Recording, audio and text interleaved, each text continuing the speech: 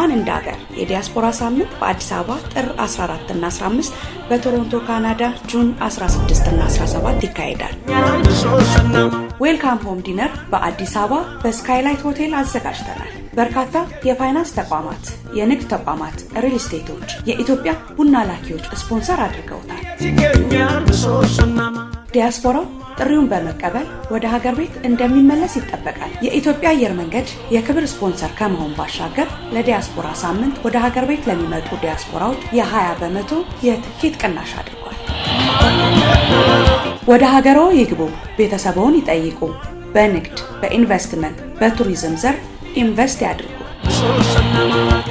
ኑ እጃችን ዘርግተን ማን እንዳገር ብለን እንቀበሎታለን። አዘጋጆች የኢትዮጵያ ዲያስፖራ አሶሲዬሽን፣ ሮቦት ፕሮሞሽን እንዲሁም ደግሞ ተቀማጭነቱን በካናዳ ቶሮንቶ ያደረገው ናዳይካ ኢቨንትስ